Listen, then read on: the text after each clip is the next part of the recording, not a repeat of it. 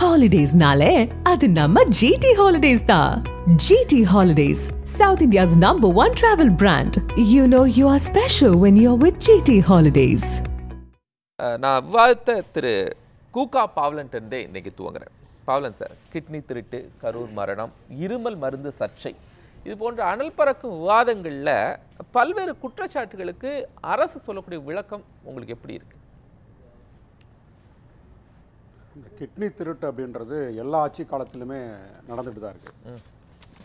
2013 நாமக்கல், சேலம், தருமபுரி, கோவை உள்ளிட்ட அந்த மேற்கு மண்டலம் முழுவதுமே மிகப்பெரிய கிட்னி திருட்டு நடந்தது. அதிமுக ஆட்சி காலத்தில் ஐயாவு தான் அதோட மெயின் புரோக்கர். ஐயாவுன்னு சொல்லக்கூடிய ஒரு மெயின் புரோக்கரை பிடிச்சாங்க. ஒரு கிட்னியோட விலை வந்து 1.5 லட்சத்துலேருந்து 2.5 லட்சம் வரைக்கும் வணிகம் செய்வதாக இருந்தது. இதில் என்னென்னா நிறைய வந்து இந்த வறுமை கோட்டுக்கு கீழே இருக்கக்கூடிய அந்த மாதிரி ஆட்களை வந்து இந்த புரோக்கர்கள் வந்து அணுகி 2 கிட்னி இருக்குது, ஒன்று உயிர் போகாது, ஒன்று கொடுங்கன்னு சொல்லி அவங்கள ஏமாற்றி கூட்டிகிட்டு வந்து விடுறாங்க.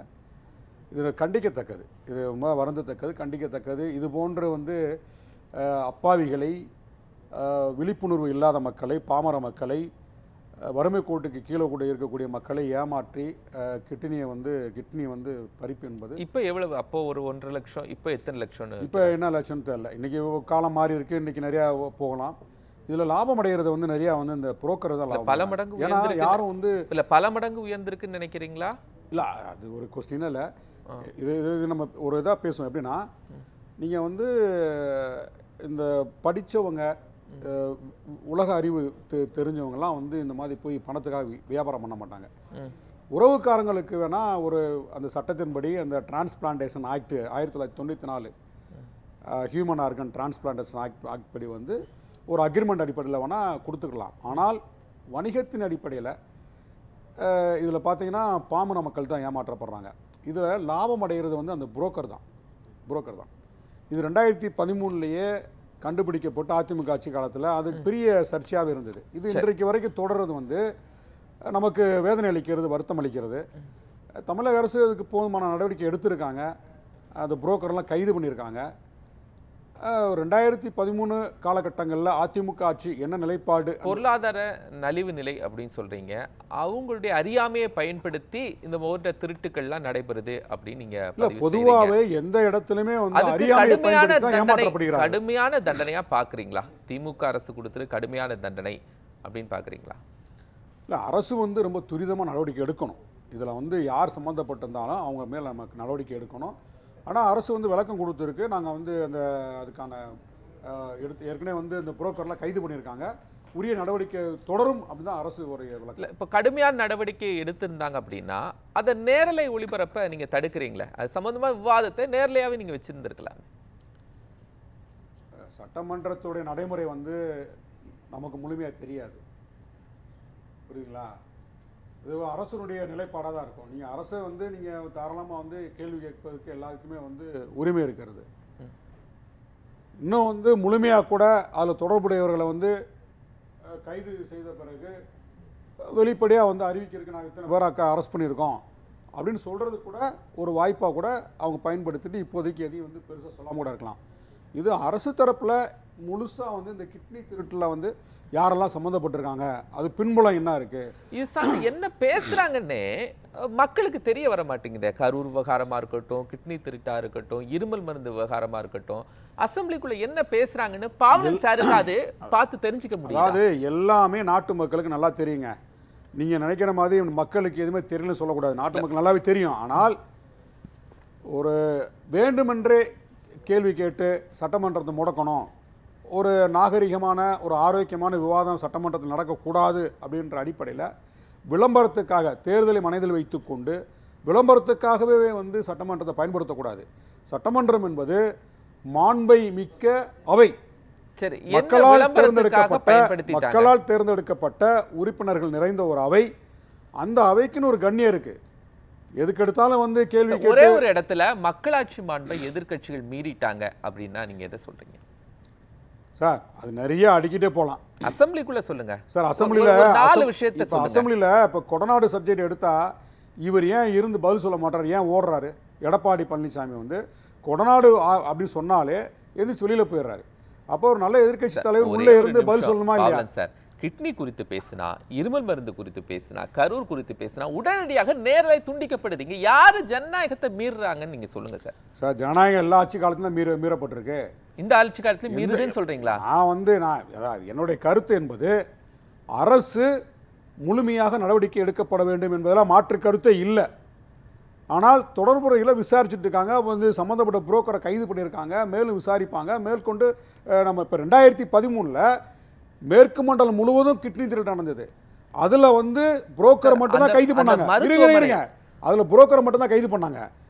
சம்பந்தப்பட்ட மருத்துவமனையை எங்கேயாவது 2013 நாங்கள் சீல் வச்சோம், அந்த மருத்துவமனை இழுத்து பூட்டி இருக்கும்னு சொல்ல முடியுமா? இன்றைக்கு இருங்க, 2013 கிட்னி அந்த டிரான்ஸ்பிளான்டேஷன் சட்டத்துக்கு புறம்பா நடந்ததாக சொல்லப்பட்ட அந்த மருத்துவமனைகள் எல்லாமே மேற்கு மண்டலத்தில் இன்றைக்கு ஓஹோன்னு செயல்பட்டு தான் வருது. புரியுங்களா? அப்படியே நிரூபணம் ஆயிடுச்சா? நிரூபணம் ஆயிடுச்சு. அன்றைக்கு இருந்த ஆட்சியாளர்கள் அதை மூடி மறைச்சாங்க. இப்போ ஒரு விஷயம் சொல்லுங்க, இப்போ கிட்னி எங்க திருட்டு நடைபெற்றது அப்படின்னு சொல்லக்கூடிய மருத்துவமனையில அந்த செக்ஷனை மட்டும் என்ன பண்ணியிருக்காங்க? சீல் பண்ணியிருக்காங்க. ஒட்டுமொத்த மருத்துவமனை இன்னொரு ரன்னிங் கண்டிஷன்ல இருக்கு. அது காரணம் உங்க திமுக பிரதிநிதி அப்படின்னு. இது குறித்து சட்டமன்றத்தில் ஏதாவது பேசினா அது ஒளிபரப்பு செய்யப்பட மாட்டேங்குது. நீங்க சொல்லக்கூடிய மருத்துவமனை கிராமப்புறத்தில் இருக்குது. அந்த சுற்றி வந்து நூற்றுக்கணக்கான கிராமப்புறத்தை சேர்ந்த மக்கள் வந்து பயன்பாட்டில் இருக்கக்கூடிய ஒரு மருத்துவமனை. அவ்வளோ சீக்கிரமாக வந்து ஒரு மருத்துவமனையோ பள்ளிக்கூடத்தையோ கல்லூரியோ இழுத்து மூட முடியாது. அதுக்கு வந்து சட்டத்தின்படி நடவடிக்கை எடுக்கிறதுக்கு அரசுக்கு அதிகாரம் இருக்கிறது. அதை நோக்கி நகர்வாங்க. இப்போதைக்கு அந்த சர்ஜரி வார்டை வந்து அவங்க வந்து க்ளோஸ் பண்ணியிருக்காங்க. அரசு வந்து க்ளோஸ் பண்ணியிருக்காங்க. மற்ற நோயாளிகள் இருக்காங்களா, அவங்களுக்கு வந்து மருத்துவம் கொடுக்கணும் இல்லையா? ஒரு ஒரு ஒரு பிரிவில் வந்து நடந்த தவறுக்காக ஒட்டுமொத்தமாக ஒரு மருத்துவமனை பண்ண முடியாது. ஆனால் அதிமுக ஆட்சி காலத்தில் 2013 ஏற்றுக்கிறேன். அப்போ இந்த அரசு தனக்கு மடியில் கனம் இல்லை, வழியில் பயம் இல்லை அப்படின்னு சொல்லி சட்டமன்றத்தில் இது சார்ந்த எல்லா விஷயத்தையும் ஒளிபரப்பு பண்ணலாம்ல. அந்த இடத்துல தானே ஏதோ ஒரு அச்சம் இந்த அரசுக்கு இருக்கு சார். இப்போ ஒரு தரவு இருக்கு. ஒரு சம்பவம் நடந்த பிறகு அதற்கான முழு தரவுகளையும் எடுத்துட்டு தான் வந்து அதுக்கான தரவு இருந்தால் தான் உங்களுக்கு வெளிப்படையாக வந்து அறிவிக்க முடியும், ஒளிபரப்ப முடியும். ஏன்னா நாட்டு மக்கள் பார்த்துட்டு இருக்காங்க. நீங்கள் போதுமான தரவே இல்லாமல் ஒளிபரப்பு பண்ணி இது விளம்பரத்துக்காக இவங்க கத்தி கூச்சலிடும் போது பார்க்குறவங்களுக்கு என்ன ஆகும்? விஜய் குற்றவாளிங்கிறத மட்டும் முதலமைச்சர் எந்த ஆணையத்தினுடைய ரிப்போர்ட்டும் வராமல் விஜய் குற்றவாளிங்கிறத மட்டும் அசெம்பிளியில் முதலமைச்சர் சொல்றாருல்ல. ஏன் குற்றவாளின்னு நாட்டு மக்களே சொல்றாங்க. விஜய் குற்றவாளி நாட்டு மக்களே சொல்றாங்க. வெட்ட வெளிச்சமான ஒரு விஷயம். அதில் வந்து மூடி மறைக்கவே முடியாது. நீதிமன்றம் வந்து சென்னை உயர்நீதிமன்றம் கேள்வி கேட்டிருக்கு, கண்டிச்சிருக்கு, பல சந்தேகங்களை எழுப்பியிருக்கு. அதனால் வந்து இன்றைக்கு வந்து அரசியல் காரணங்களுக்காக தேவையை கருதி கூட்டணிக்காக இங்கே இருக்கக்கூடிய எதிர்கட்சிகள் எல்லாம் வந்து அவரை வந்து அவருக்கு ஒரு வலை வீசிருக்கலாம், வளைச்சு போட்டிருக்கலாம். அதுக்காக வந்து அவர் நிரபராதி கிடையாது. விஜய் வந்து நிரபராதி கிடையாது. உங்களுடைய கருத்தை நான் பதிவு செய்கிறேன். நீங்க ஜனநாயக ரீதியில் பாருங்க, சட்டமன்றத்துக்குள்ள எதிர்கட்சிகள் சார்ந்து பல கேள்விகள் கேட்குறாங்க. ஆனா முதலமைச்சர் பேசுறது வருது, மா சுப்பிரமணியன் பேசுறது வருது. ஆனா எதிர்கட்சிகள் அங்க என்ன கேள்விகளை முன்வைக்கிறாங்க அப்படிங்கறது அறியணும் அப்படின்னு பாவலன் சாருக்கு ஒரு ஆர்வம் இருக்கு. ஏன் வெளியிட பண்றீங்க? இருந்து கேள்வி கேட்க வேண்டியதானே. சரி, கேள்வி கேட்ட ஒரு கேள்வியை நீங்க கேட்டிருக்கீங்களா? நீங்க சட்டமன்றத்துக்குள்ள என்னென்ன பொருளை கொண்டு வர்றீங்க? நீங்க சட்டமன்றத்துக்கு என்னென்ன பொருளை கொண்டு வர்றீங்க? சட்டமன்றத்தை நீங்க அசிங்கப்படுத்துறீங்களா? இல்ல அவமதிக்கிறீங்களா? சட்டமன்றத்துல கேள்வி கேட்கறது உங்களுக்கு உரிமை இருக்கு. சட்டமன்றத்துல கேள்வி கேளுங்க. நீங்க வந்து தடை செய்யப்பட்ட பொருளை ஏன் கொண்டு வர்றீங்க? ஏன் அந்த மாதிரி கொண்டு வரலாமா? மக்களால் தேர்ந்தெடுக்கப்பட்ட ஒரு அவைதான், மாண்பை மிகுந்த ஒரு அவை. ஆட்சியில வில்லிவாக்கம் எம்எல்ஏ ரங்கநாதன் அசெம்பிளிக்குள்ள என்ன பண்ணார் சார்? என்ன பண்ணார் சொல்லுங்க. சபாநாயகருடைய இருக்கைக்கு போனாரா சார்? வெளியேற்றப்பட்டாரா இல்லையா? வெளியேற்றப்பட்டாரு. சபாநாயகர் இருக்கையை சுற்றி கெரோ பண்ணுவது முழக்கமிடுவது விஷயத்தை அப்படி ஒரு விஷயத்தை அதிமுக நிகழ்த்தி காட்டி இருந்தா நீங்க சொல்லுங்க சார். டெல்லி நாடாளுமன்றத்துல சபாநாயகர் இருக்கையை நோக்கி போய் முழக்கமிடுவது இது சகஜமான ஒன்றுதான். முக்கியமா தமிழ்நாட்டுடைய கோரிக்கையை ஏற்றுக்கொள்ள வேண்டும். அதிமுக அந்த மாதிரி ஏதாவது ஒரு நடவடிக்கையில ஈடுபட்டு திமுக செஞ்ச மாதிரி சட்டமன்றத்துக்குள்ள தங்களுடைய கோரிக்கையை ஏற்றுக்கொள்ள வேண்டும் என்று சபாநாயகர் இருக்கையை நோக்கி முழக்கமிடுவது, கோரிக்கையை வைப்பது வந்து இந்தியா முழுமைக்கு எல்லா சட்டமன்றத்திலும் நடக்கிறதா. சபாநாயகரை இழுத்து கீழே தள்ளுவது, அவருடைய சட்டையை கிழிக்கிறது. நீங்க சட்டமன்றத்துக்குள்ள என்ன பொருள் கொண்டு போறீங்க? என்ன பொருள் கொண்டு போறாங்க? தப்புதானே? என்ன பொருள்? நீங்களே பாருங்க. இல்ல நீங்க சொல்லுங்க. நீங்க சொல்ல என்ன பொருள் வச்சிருந்தாங்க அவங்க? இல்ல சட்டமன்றத்துல நேரடி ஒளிபரப்பை எங்களால பார்க்க முடியல. வெளியில கொண்டு வந்து சட்டமன்றத்துல நேரடி ஒளிபரப்பை பார்க்க முடியல. அத கட் பண்ணிட்டாங்க. அதிமுக ஆட்சியில இருந்த கட்சி. ஒரே ஒரு நிமிஷம். சட்டமன்ற ஒளிபரப்பை உங்களால நேரடியா பார்க்க முடியல. என்னாலயும் பார்க்க முடியல. அப்ப என்னன்னு நீங்க சொல்லுங்க. உங்களுக்கு தெரியுமா? நான் சொல்றேன்ல, அதிமுக ஆட்சியில இருந்த கட்சி. இன்னைக்கு ஒரு வலுவான எதிர்க்கட்சி. சட்டமன்றத்துல என்ன கொண்டு ஒரு வலுவான எதிர்க்கட்சி. நீங்க சட்டமன்றத்துல கேள்வி கேளுங்க. உங்களுக்கு அந்த கடமை இருக்கிறது. கொண்டு போனாங்க நீங்க சொல்லவே இல்ல சார். கேள்வி கேட்டதுக்கு பதில் இல்ல சார். ஏங்க கேள்வி கேட்டதுக்கு பதில் என்ன? நீங்க வந்து விளம்பரத்துக்காக கேள்வி கேட்க கூடாது. நீங்க வந்து மா சுப்பிரமணி கேட்டாங்க. ஒரு கேள்வி சார். விளம்பரம் சொல்றீங்கல்ல. ஒரு கேள்வி மா சுப்பிரமணி இருங்க. மா சுப்பிரமணி வந்து விலைக்கு பேசுறாரு. என்ன பேசுறாரு? இப்போ அந்த மருந்து எடுத்துக்கங்க. இருமல் மருந்து, கோல்ட் மருந்து எடுத்துங்க. அந்த மருந்து வந்து தமிழக அரசு பர்ச்சேஸ் பண்ணல. பர்ச்சேஸ் பண்ண சொல்லி எந்த மருத்துவ நிறுவனங்களுக்கும் தமிழ்நாடு அரசு பரிந்துரையும் பண்ணல. அந்த மருந்து வெளி மாநிலங்களுக்கு போகுது. ஒன்றிய எப்படி போகுதுன்னா, ஒன்றிய அரசு அப்ரூவல் கொடுக்குது. நான் இருங்க, எதிர்க்கட்சி என்ன கேள்வி கேட்டாங்கன்னு சொல்லுங்க. இப்போ இல்ல நானே கேக்குறேனா, என்ன கேள்வி கேட்டாங்கன்னு சொல்லுங்க. ஒன்றிய அரசு குற்றம் சொல்லும்போது சட்டமன்றத்தில் மருந்து இருமல் மருந்து தொடர்பா குற்றம் சாட்ட போதும்போது மாண்புமிகு மருத்துவத்துறை அமைச்சர் வந்து ரொம்ப அழகா சொன்னாரு. ஒன்றிய அரசு என்ன கேள்வி கேட்டாங்க, இந்த மருந்தை குடிக்கலாம்னு சொல்லிட்டு சுப்பிரமணியன் என்ன பேசுறான்னு பார்த்துட்டேன். எனக்கு என்னன்னா, இந்த எதிர்க்கட்சிகள் கோபால் இத சொல்லி முடிச்சுக்கிறேன்.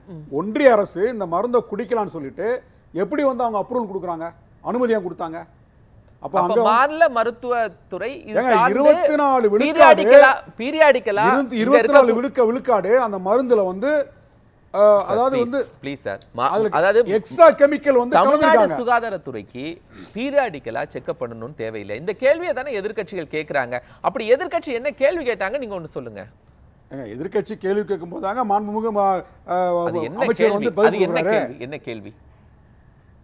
இந்த அதாவது வந்து அந்த இறந்தாங்கல்ல குழந்தைங்க, இருமல் மருந்து குடிச்சு இறந்தாங்கல்ல மத்திய பிரதேசத்துல, இதுக்கு தமிழ்நாடு அரசின் மீது வந்து குற்றம் சுமத்தும் போது அப்படிதான் சொன்னாங்க. சரி, நன்றி.